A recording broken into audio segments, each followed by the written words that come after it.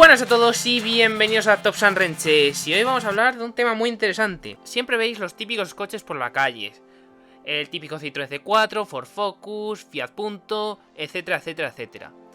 ¿Y nunca os habéis preguntado si hay alguna versión rara de ese coche o alguna versión que no conoceríais bajo ningún concepto? O sea, que no conozcáis y que no hayáis visto en vuestra vida y que realmente sea interesante. Pues esta serie de vídeos va de eso, de conocer versiones totalmente desconocidas y relativamente interesantes de coches muy conocidos. Pero antes de nada, un par de apuntes. Si os gustan estos vídeos, suscribiros y dadle al like. Y segundo, el 4 de marzo vamos a tener un evento muy importante en el canal del cual os daré más información. Simplemente va de Gran Turismo 7. Bueno, sigamos con el tema de este vídeo, las versiones desconocidas de coches conocidos. Y vamos a empezar por uno de los más decepcionantes, digamos. Pues el más decepcionante es el BMW Serie 1 114D.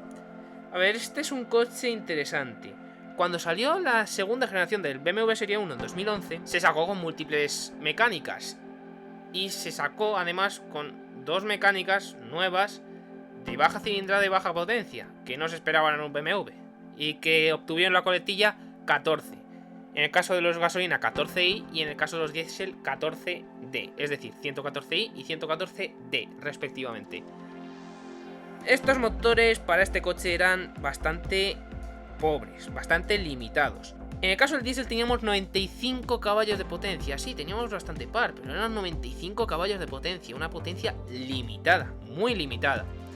Y después en el caso de gasolina pues mejoraba un poco, con 102 caballos, pero teníamos menos par, así que pues tampoco mejoraba mucho la cosa.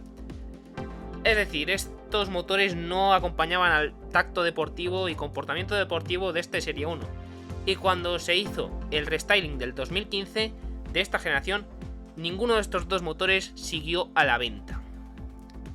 Vamos a seguir con el segundo coche, que es un coche bastante raro, y es el Volkswagen Cross Touran. El Cross Touran se vendió en dos generaciones distintas. En la generación del 2003, la que se lanzó en 2003, y después la que se lanzó en 2010, con la plataforma del Golf 5 modificado. En cuanto a mecánicas, había muchas mecánicas disponibles, sobre todo en la versión del 2007. Y es que teníamos motores gasolina y diésel, de 102 caballos a 170 caballos, teniendo mecánicas 1.6 FSI, 2.0 TDI y 1.4 TSI, entre otras. Mientras que la versión del 2011 tenía una gama mecánica más limitada, con solo 3 motores. Un 1.6 de 105 caballos diésel y 2.0 diésel de 140 y 170 caballos.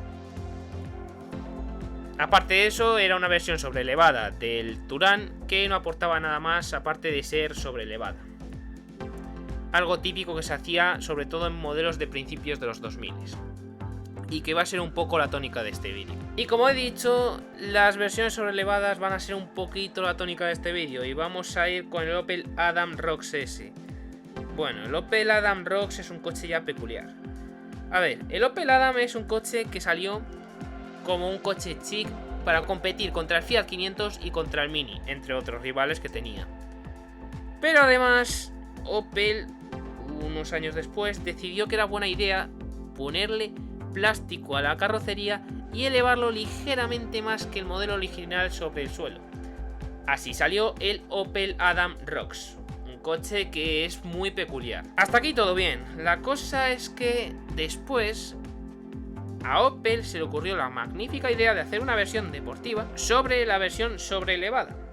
Entonces salió la versión Rocks S, que es de la que estamos hablando ahora mismo. La versión S del Adam era muy buena.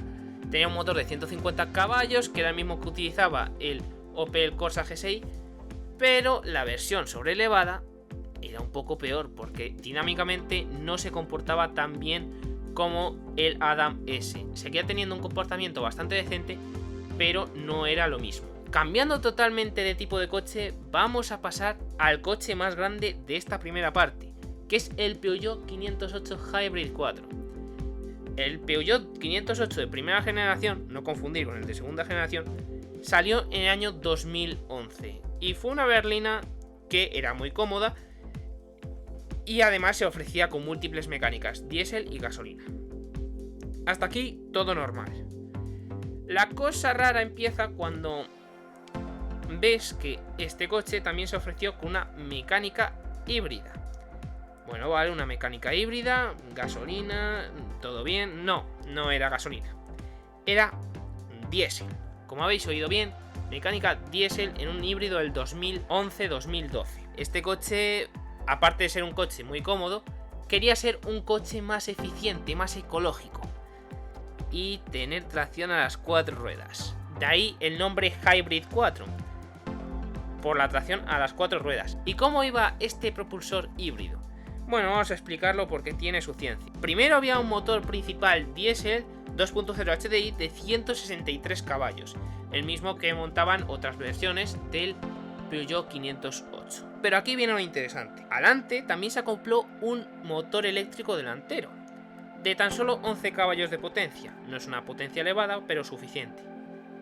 Y después, en el tren trasero, se colocó un motor de 37 caballos de potencia.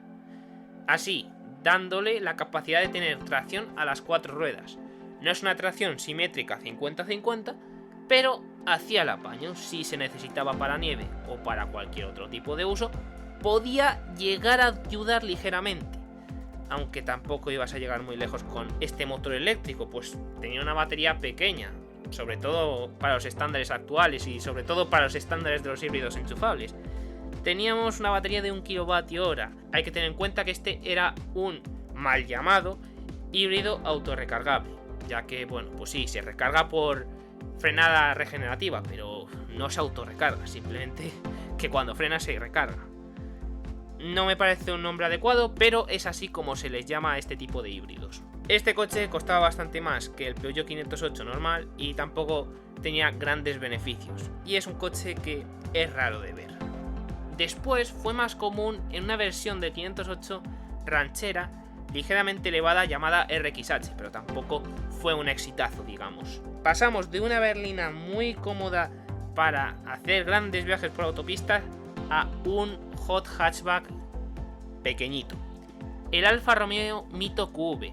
El Mito QV es un coche increíble, 170 caballos, 4 metros de longitud, el típico tacto Alfa Romeo, todo perfecto. ¿Qué pasaba? Que es un hot hatchback urbano, y en ese segmento los coches caros no calan precisamente bien, aunque Abarth haya podido mostrar lo contrario con ciertas ediciones del Abarth 595. Este coche además tiene en común con el Abarth 595 la mecánica, pues es un 1.4 turbo de 170 caballos. También esta mecánica se usaba en coches como el Abarth 124 Spider, un coche que tiene un sonido fantástico y una estética increíble. También, como dato curioso, este Mito se basaba en la plataforma del Grande Punto. Y para los que no lo sepáis, el Grande Punto también tenía una versión deportiva de Abarth que adivinad qué motor llevaba. Era 1.4 turbo. Y este coche de Abarth se vendió considerablemente mejor que el Mito QV, ya que era más barato. Así que finalmente el Alfa Romeo Mito acabó siendo una especie de fracaso para Alfa Romeo. Y llegamos al último. En el último puesto quería haber puesto el C4 2.0 VTS de 180 caballos, pero cambié de chip y he incluido otra versión del C4 2.0 VTS. El C4 VTS es la versión más deportiva, bueno, el acabado más deportivo de el C4 de 3 puertas, el de primera generación, por supuesto. Y este motor tenía 3 potencias distintas, el 2.0, 138 caballos, 143 caballos y 180 caballos. Quería haber incluido la versión de 180 caballos, pero me di cuenta que la versión de 138 caballos era inexistente básicamente, y la de 143 pues tampoco tenía muchas existencias en el mercado de segunda mano.